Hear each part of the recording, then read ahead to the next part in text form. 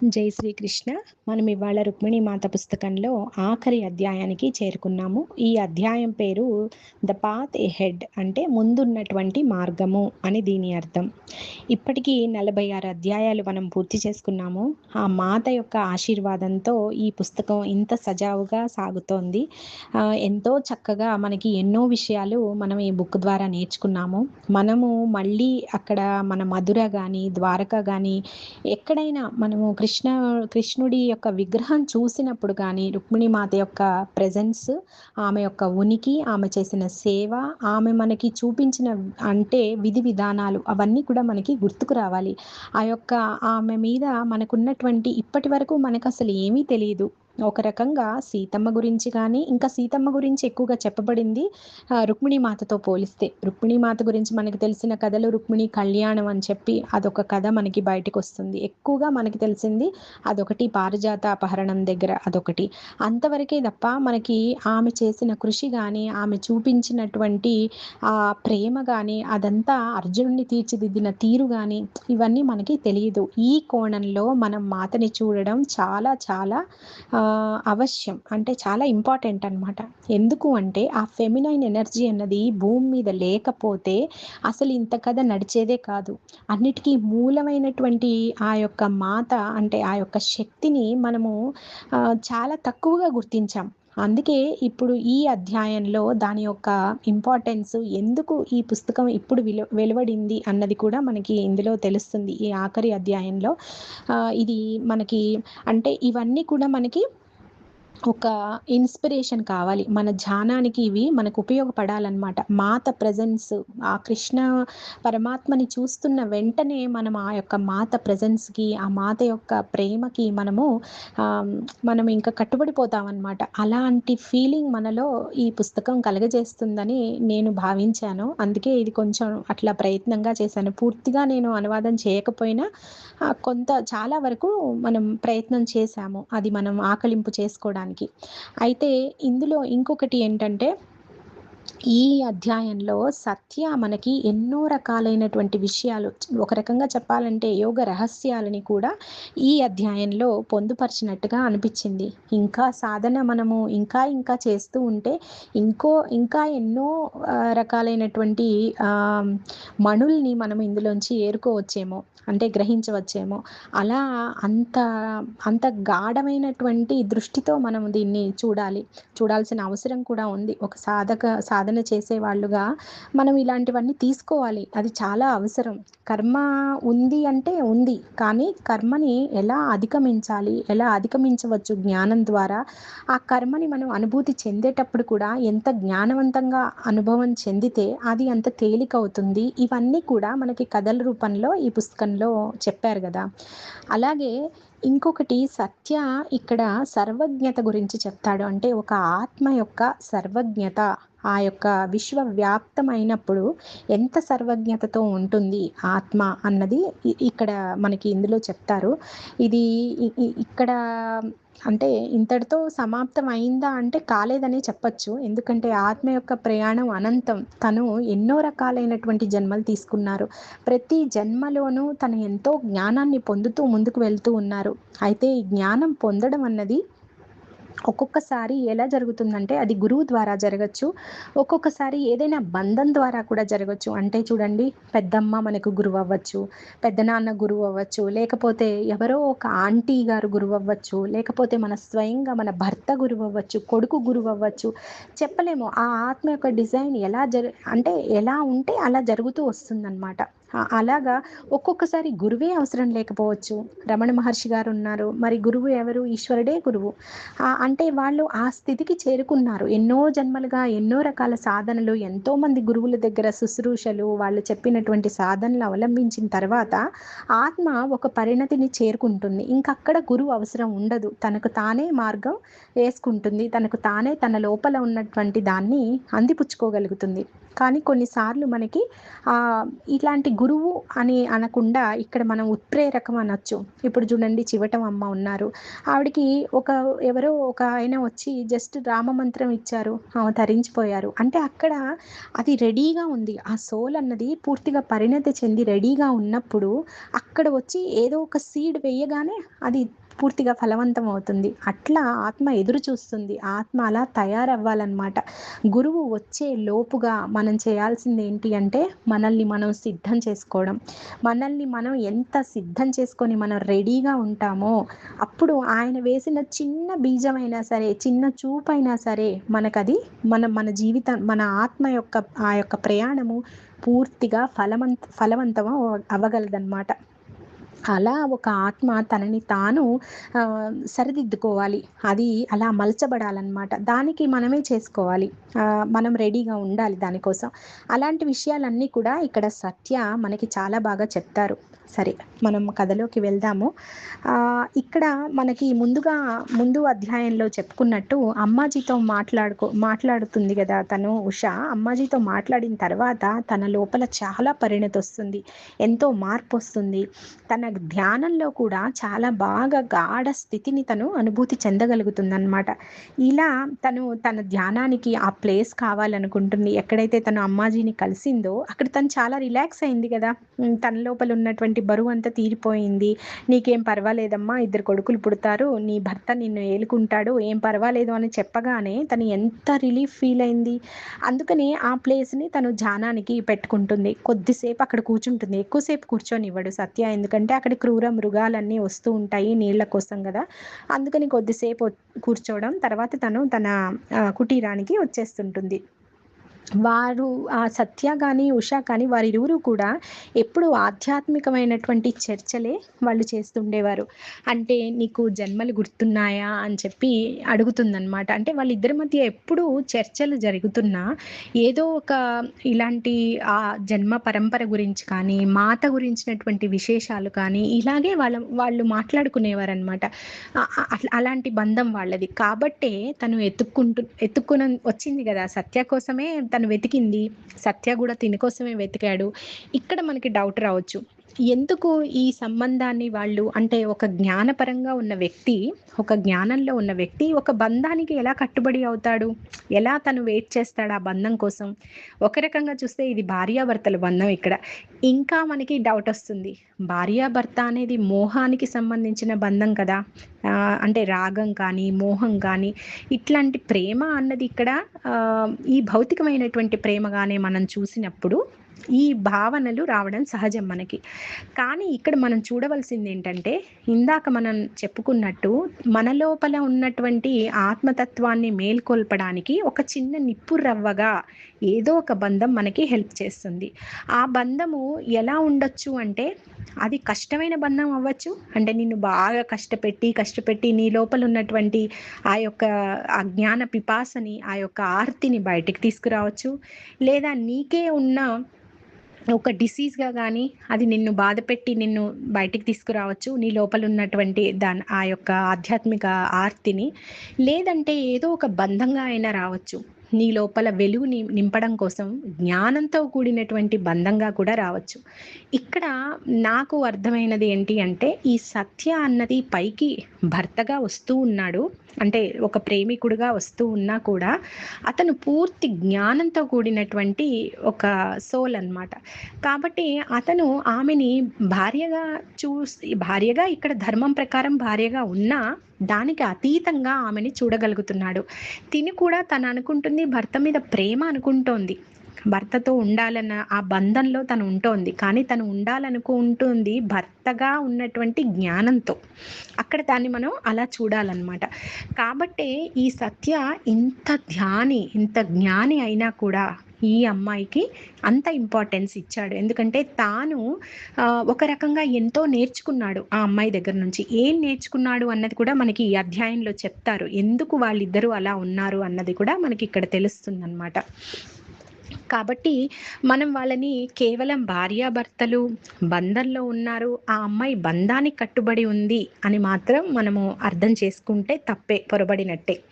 వాళ్ళు ఉన్నది జ్ఞానపరంగా, వాళ్ళు కోరుకునేది జ్ఞానమే. వారిరువురు ఏకకాలంలో మాతని చేరుకోవాలనే లక్ష్యంతో ఉన్నటువంటి ఆత్మలన్నమాట. ఇది మనము ఫిక్స్ చేసుకోవాలి మన బ్రెయిన్‌లో ముఖ్యంగా. ఎందుకంటే మనం ఎలా ఆలోచిస్తామంటే ఇలా కొంచెం పొరపాటుగా ఆలోచించే అవకాశం ఉంది ఇక్కడ.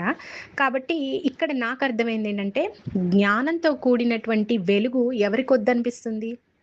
అందరికీ కావాలి కదా!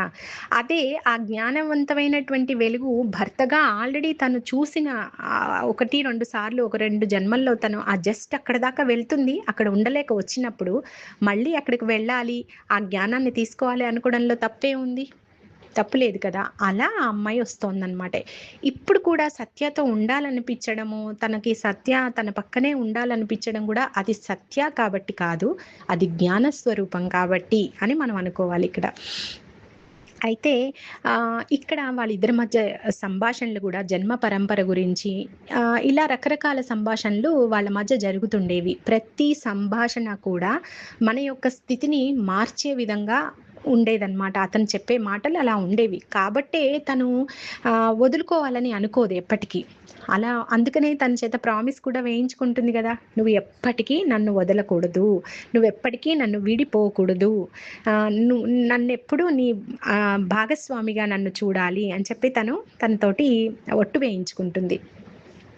అంటే అంత ప్రేమ ఉంది. ఆ ప్రేమ జ్ఞానం మీద ఉన్నటువంటి ప్రేమ. అది ఆత్మ లోతుల్లోంచి వచ్చింది. ఆ జ్ఞానం కోసం వచ్చినటువంటి ఆర్తి అన్నమాట అది. అయితే ఇక్కడ వాళ్ళకి కొన్ని రోజులకి 2 కొడుకులు పుడతారు. ఆదినాథ్, బద్రీనాథ్ అని.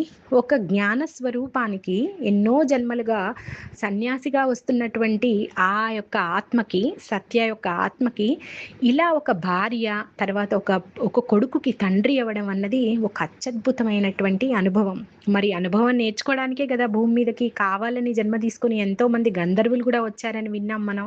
అలాగే ఇక్కడ సత్యాకి కూడా ఈమె ద్వారా కలిగినటువంటి ఫస్ట్ ఒక మంచి అత్యున్నతమైన అనుభవం ఈ జన్మకి ఏంటి అంటే కొడుకుల్ని పొందడం అన్నమాట. ఒక ప్రాణికి తాను జన్మ ఇవ్వడం అన్నది చాలా జన్మలుగా తనకది లేదు. కాబట్టి ఇప్పుడు తను దాన్ని అనుభూతి చెందగలిగాడు. అక్కడ ఒక అనుభవం తనకి పరిపూర్ణమైందన్నమాట.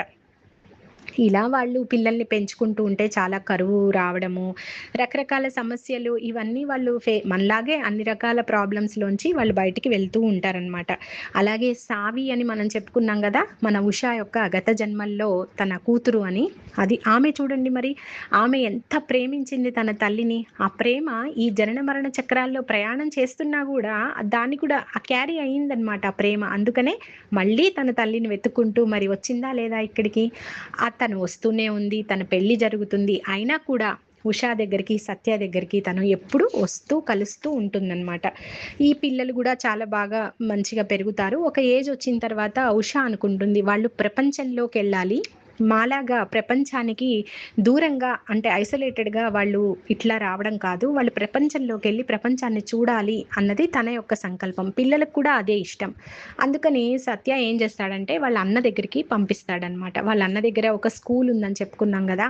అక్కడ విద్య నేర్చుకోవడం కోసం వీళ్ళిద్దరూ వెళ్తారు. ఆ తర్వాత ఇద్దరూ బాగా చదువుకుంటారు. ఒకళ్ళు సంస్కృతం ప్రొఫెసర్‌గా వెళ్ళిపోతాడు. ఇంకొకతనేమో పురోహిత్యంలోకి ఇంకొకతను వెళ్తాడు. వాళ్ళు చక్కగా సెటిల్ అవుతారనమాట ఇద్దరు కొడుకులు గూడా. ఇలా 20 సంవత్సరాలు గడుస్తూ ఉంటాయి. సత్య గూడా 3 నెలల పాటు కంప్లీట్‌గా ధ్యానంలోనే ఉంటాడు. 3 నెలలు బయటకొచ్చి అందరితో ఉంటూ ఉంటాడనమాట. అంటే మామూలు సంసారంలో ఉంటాడు. అలాగా వాళ్ళు ఉంటున్నప్పుడు వాళ్ళ దగ్గరికి తెలిసిన వ్యక్తులు యాత్రలకొచ్చినప్పుడు, దూరం నుంచి వచ్చిన వాళ్ళు ఒక రోజు, 2 రోజులు బస చేస్తూ ఉంటారు. అప్పుడు ఉషా వాళ్ళకి వండి పెడుతూ ఉంటుంది. అలా ఒక అతను వస్తూ ఉంటాడు. ఎవ్రీ ఇయర్ ఒక 2 సార్లు అలాగా యాత్రకొస్తూ ఉంటాడనమాట. అతని పేరు దత్తాద్రి. అతను చూడటానికి చాలా అసహ్యంగా, అశుభ్రంగా అలా ఉంటాడనమాట.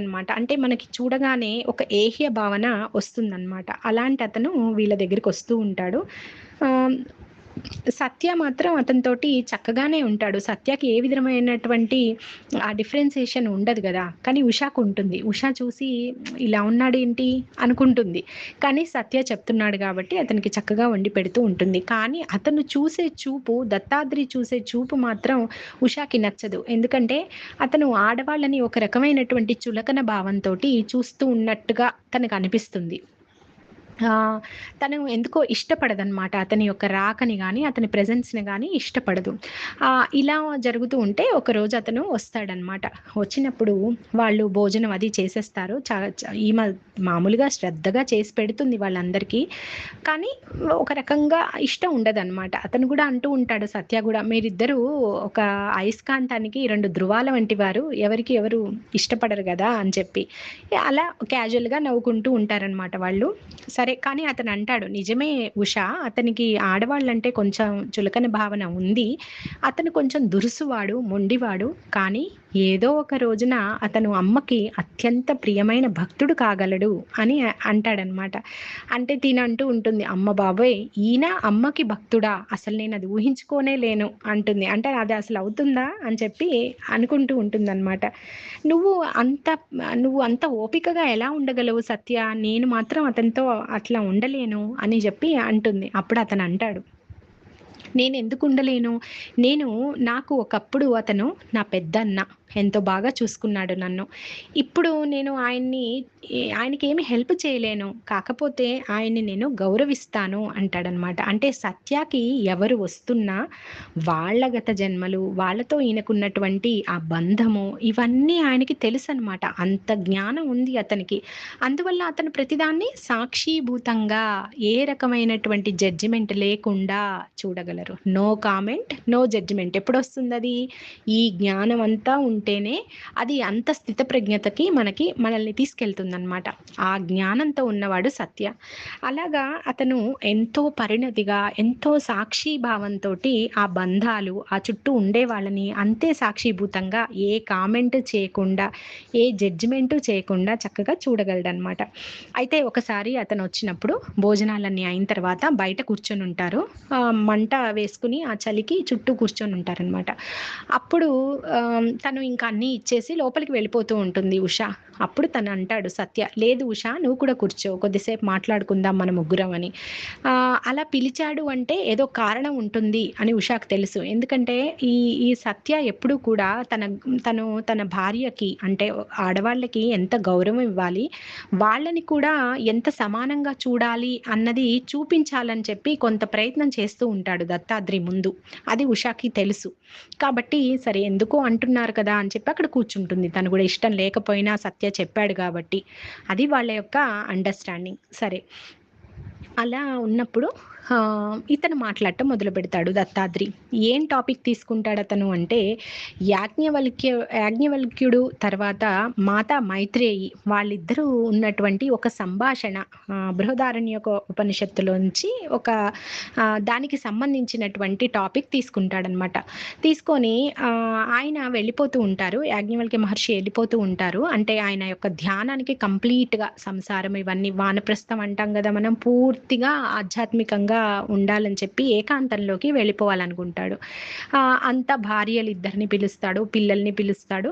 ఏమేమి ఇవ్వాలి, వాళ్ళకి ఏమేమి ఇవ్వాలి అవన్నీ ఇచ్చేస్తాడనమాట. పలానా పలానా దగ్గరున్నాయి, ఇవి మీరు ఇలా చేసుకోండి, ఇలా చేసుకోండి అని చెప్తాడు. చెప్పిన తర్వాత అక్కడ మనకి ఒక ఇది జరుగుతుంది, ఒక సంభాషణ జరుగుతుంది మాతా మైత్రేయికి మహర్షికి మధ్యలో. ఏంటి అంటే, మాతా మైత్రేయి అడుగుతారనమాట, ఆధ్యాత్మికంగా అంటే ఇక్కడ సెల్ఫ్ ఎవల్యూషన్, తర్వాత సెల్ఫ్ రియలైజేషన్ గురించి ఆయన్ని అడుగుతారు. అడిగినప్పుడు ఆయన ఇది జరుగుతుంది. వాళ్ళ మధ్య సంభాషణ ఇంతవరకు జరుగుతుంది. మహర్షికి తర్వాత మహర్షి యొక్క భార్యకి మధ్యలో, మాతా మైత్రేయికి మధ్యలో. అయితే దాన్ని ఈయన ప్రస్తావిస్తూ దత్తాత్రి అంటాడు, ఆమెకి ఏమీ తెలీదు. ఆమెకు అసలు తెలిసింది ఏమీ లేదు. సెల్ఫ్ రియలైజేషన్ గురించి ఇంకా అడుగుతోంది. అంత గొప్ప మహర్షితో ఉన్నావిడ అన్నట్టు ఆవిడ్ని కించపరిచినట్టు మాట్లాడతాడనమాట. మాట్లాడేటప్పటికి అక్కడే ఉన్నటువంటి ఈ మన ఉషాకి చాలా బాధ అనిపిస్తుంది. ఒక్కసారిగా తన లోపల నుంచి ఒక స్వరం బయటికొచ్చేస్తుందనమాట ఎంతో కోపంగా. అది అక్కడ ఆమె ఆన్సర్ చేస్తుందనమాట. ఏమని మాట్లాడుతుంది అన్నది ఇక్కడ చాలా ఇంపార్టెంట్ అన్నమాట మనకి. అసలు ఉష ఎందుకంత ఆవేశపడింది? ఏం మాట్లాడింది అని. అప్పుడు ఉష చెప్తుంది, "ఆ యొక్క సమావేశంలో జరిగింది అది కాదు. మీకు తెలియదు. మీకు తెలిసింది జీరో" అని చెప్తూ, మీకేమీ తెలీదు. మీకు తెలిసింది చాలా శూన్యము అని చెప్తూ, తను అక్కడ ఏం జరిగిందో అదంతా కళ్ళకు కట్టినట్టు తను చెప్తుంది. ఏమని? ఇది సీతామాత అరేంజ్ చేసినటువంటి ఒక సమావేశం అన్నమాట. ఆ ఇద్దరు మధ్యలో జరుగుతున్నటువంటి సంభాషణని ఎంతో మందికి ఆదర్శంగా నిలవాలని చెప్పి, ఆ రోజున సీతామాతనే స్వయంగా ఆ యొక్క సమావేశాన్ని ఏర్పాటు చేశారనమాట. వారిరువురు జ్ఞానస్వరూపులు. ఎవరు? యాజ్ఞవల్క్య మహర్షి, తర్వాత మాతా మైత్రేయి.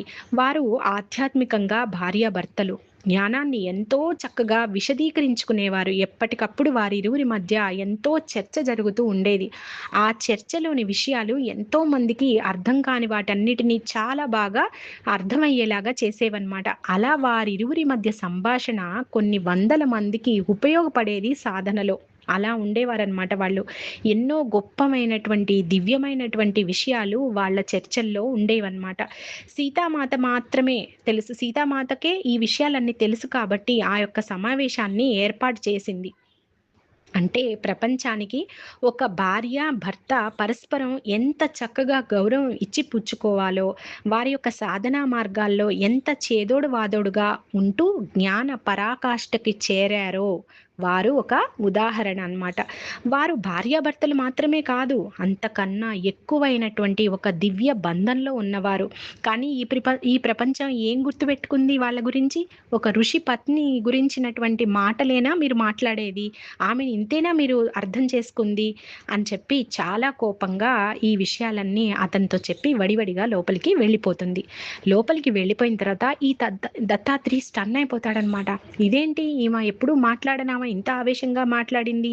ఆమెకి ఎలా తెలుసు అసలు అయినా ఈ విషయాలన్నీ? సీతామాతనే ఏర్పాటు చేసిందని ఈమెకి ఎలా తెలుసు అని చెప్పి అతను అంటాడు. అప్పుడు సత్య అంటాడనమాట, ఉష మాత్రమే చెప్పగలదు. ఎందుకంటే ఆ రోజు సమావేశంలో జరుగుతున్నద మొత్తం తను అక్కడ సాక్షిగా ఉంది. ఆమె అక్కడే ఉండి ఇవన్నీ విన్నది. ఎందుకంటే ఆమె సీతమ్మ సేవకురాలు. ఆ రోజు అక్కడ ఏర్పాట్లన్నీ చూసుకోమని సీతమ్మ తనకే అప్పజెప్పారు. ఆమెకి తెలుసు సీతామాతకి, మైత్రేయి మాతకి మధ్యలో ఉన్నటువంటి స్నేహ బంధం. ఎంతో అభిమానం తనకి మైత్రేయి మాత అంటే. కనుకనే తను చాలా జాగ్రత్తగా గమనించింది ఏం జరుగుతోంది అక్కడ అన్నది. కాబట్టి తనకే అర్హత ఉంది దాని గురించి చెప్పడానికి అని చెప్పి దత్తాత్రికి చెప్తాడనమాట. సరే, ఆ తర్వాత దత్తాత్రి వెళ్ళిపోతాడు. అక్కడ ఒక కుటీరంలోకి తను పడుకోవడానికి. మళ్ళీ తిను వీళ్ళ కుటీరంలోకి వచ్చేస్తాడు మన సత్య. ఆవేశంగా మాట్లాడి వెళ్ళిపోతుంది గానీ ఉష చాలా లోపల నుంచి ఆమెకి లావాలాగా పొంగుతూ ఉంటుందన్నమాట. బాధ, ఆక్రోశము ఇవన్నీ తనని తాను కంట్రోల్ చేసుకోవడానికి తన వల్ల అవ్వట్లే. దుఃఖిస్తుంది లోపలికెళ్ళి. అయితే ఇది వింటుంది. ఏది వింటుంది? ఇతను చెప్పడం. సత్య తన వైపుగా మాట్లాడుతూ సీతమ్మ దగ్గర సేవకురాలు అన్న మాట తన చెవున పడుతుంది. లోపల నుంచి వింటుంది. ఓహో! అందుకా నాకింత బాధ వస్తోంది. నాకందుకా ఇంత కష్టంగా ఉంది. నాకు ఈ విషయాలన్నీ ఎలా తెలుసు? నేనెందుకు ఇంత అంటే ప్రతిస్పందించాను అన్న బాధ తనలో ఉంది. ఎప్పుడైతే ఇది విన్నదో తనకి కొంత అర్థమవుతుంది. ఓహో! నేనక్కడ ఉన్నానా? అందుకే నాకిలాగా లోపల ఇంత బాధ వచ్చిందా అనుకొని ఈ మాటలు విన్న తర్వాత కొంత స్వాంతన పడుతుందన్నమాట.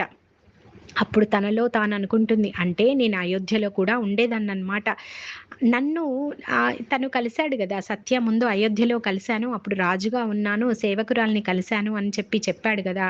అంటే ఆ సేవకురాలిని నేనేననమాట. అంటే సత్య ఫస్ట్ కలిసింది నన్నే అనమాట. అంటే ఇన్ని రోజులు నేను ఎవరినో ప్రేమిస్తున్నాడు సత్య అని బాధపడ్డానో అది నేనేనా? ఇది తెలియక ఎంత మదన పడ్డానో అని చెప్పి నాకు ఎంత అనుకున్నా నాకు ఏమీ గుర్తు రావడం లేదే అనుకుంటుందన్నమాట. ఆ తర్వాత ఇతను వచ్చినప్పుడు, సత్య వచ్చినప్పుడు క్షమాపణ అడుగుతుంది ఉష. నాకు ఏదో ఆవహించినట్లు నేను మాట్లాడాను. అంత గొప్ప దివ్యమైన మైత్రేయి మాతని అంత తక్కువ చేసి మాట్లాడటం నేను సహించలేకపోయాను. సత్య, ఆమె ప్రజ్ఞ మహర్షి ప్రజ్ఞకి ఏమాత్రం తీసిపోదు అని చెప్పి, ఏదో తనకి బాగా తెలిసినట్టుగా ఆమె ఆయనకి ఏమాత్రం తీసిపోదు, ఇద్దరూ ప్రజ్ఞకి పరాకాష్ఠలు అని చెప్పి అంటుందన్నమాట. అప్పుడు సత్య అంటాడు, అవును, మనము మన పవిత్ర గ్రంథాల్లో చెప్పబడింది మాత్రమే మనకు తెలుసు, కానీ కాలక్రమేణా ఎంతో ప్రకటితం అవ్వకుండా రహస్యంగానే ఉండిపోయింది. అది మళ్ళీ కలియుగంలో మళ్ళీ చక్కగా బయటికి రాబడుతుంది. మళ్ళీ మహిళా గౌరవం పెరుగుతుంది. మహిళ తన యొక్క స్థానాన్ని మళ్ళీ పూర్తిగా తను చేరుకుంటుంది అని చెప్పి తను సత్య చెప్తాడనమాట. అప్పుడు ఉష అంటుంది, నేను ఎందుకో అలా అంటే నేను నా వల్ల కాలేదు, కోపం ఆపుకోలేకపోయాను.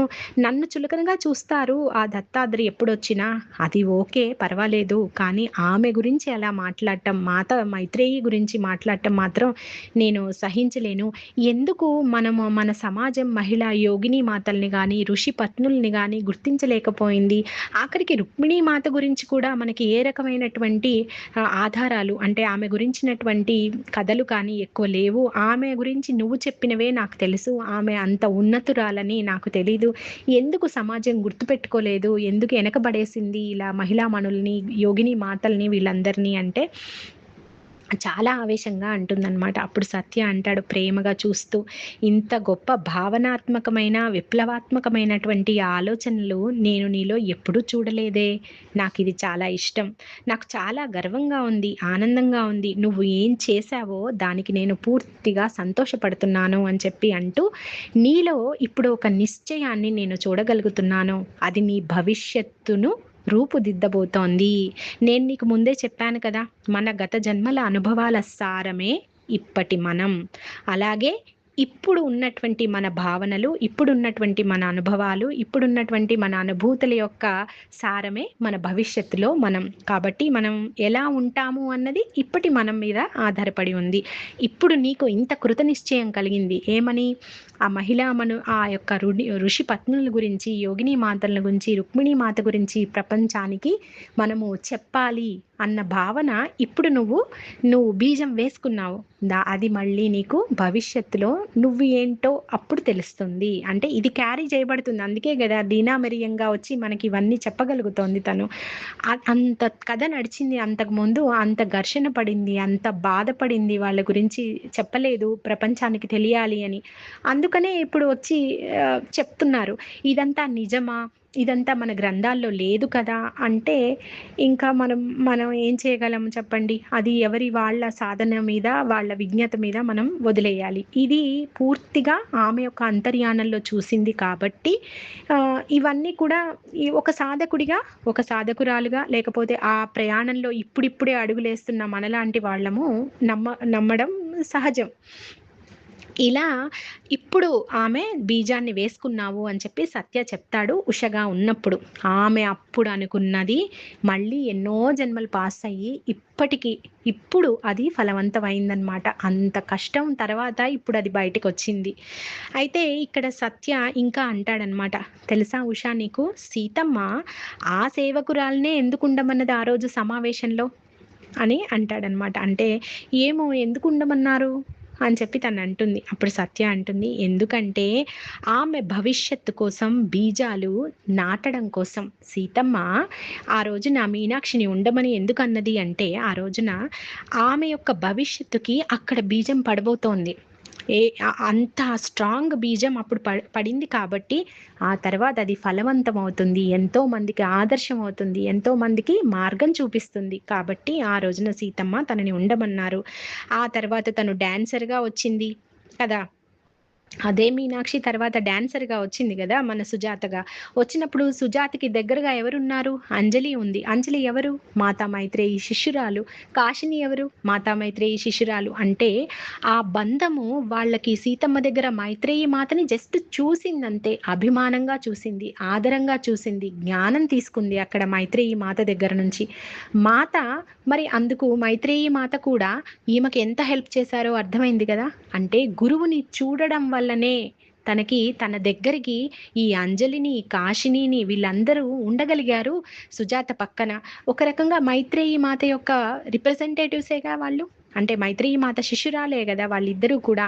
మైత్రేయి మాత కూడా అంతే హెల్ప్ చేసిందనమాట ఇప్పుడు సుజాతకి. ఒక గురువుని చూడడం వల్ల చూడండి ఎంత జరిగిందో. గురువు చెప్పిన మాటలు ఆ ప్రెజెన్స్‌లో ఉండి విన్నది. ఒక ఆరాధనా భావంతో విన్నది. ఎంతో ఏమంటారు, ఎంతో అభిమానంగా విన్నది. సీతమ్మ పెట్టింది అంటే అక్కడ సీతమ్మ సమావేశం జరపనిస్తున్నారు అంటే అక్కడ ఎంత అమూల్యమైన విషయాలుంటాయి. ఏదో తన పని చేసుకొని వెళ్ళిపోవచ్చు. కానీ ఆ పరిచారిక అలా చేయలేదు. అలాంటి యొక్క విచక్షణ, అలాంటి యొక్క విజ్ఞత ఉంది కాబట్టే ఆ రోజు సీతమ్మ ఆమెనక్కడ ఉంచారనమాట. అది ఇక్కడ మనకి సత్య చెప్తున్నారు.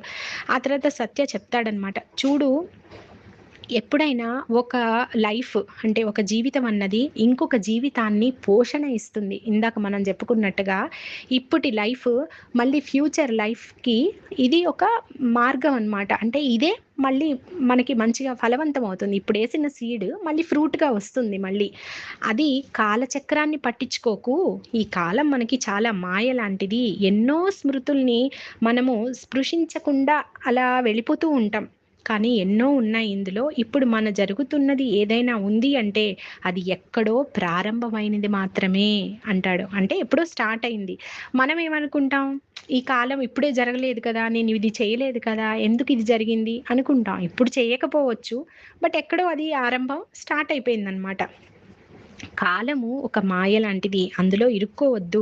ఎందుకంటే కనురెప్పపాటులోనే ఈ కాలం కరిగిపోతూ ఉంటుంది. నా మటుకు నాకు ఉష, నీవు నేను, ఇంకా ఆ అడవిలో ఉన్నటువంటి జన్మ, తర్వాత మళ్ళీ ఆ అడవి జన్మ తర్వాత మళ్ళీ దేహంలోకి మళ్ళీ వేరే దేహాలు తీసుకున్నాము. కానీ నేను జస్ట్ ఇప్పుడే అయిపోయినట్టుగా అనిపిస్తోంది నాకు ఆ 2, 3 జన్మలు కూడా. జస్ట్ ఇప్పుడే కదా మనం ఇలా వచ్చాం. మళ్ళీ కొత్త దేహాలు తీసుకున్నాం. మళ్ళీ కొత్త దేహాలు తీసుకున్నాం. అంటే ఎంత క్షణికంలో జరిగిపోతున్నాయి జన్మలు అనిపిస్తుందట ఆయనకి. మనకేమనిపిస్తుంది? బాబోయ్! ఈ జన్మ వద్దురా బాబు! ఇన్ని కష్టాలున్నాయి.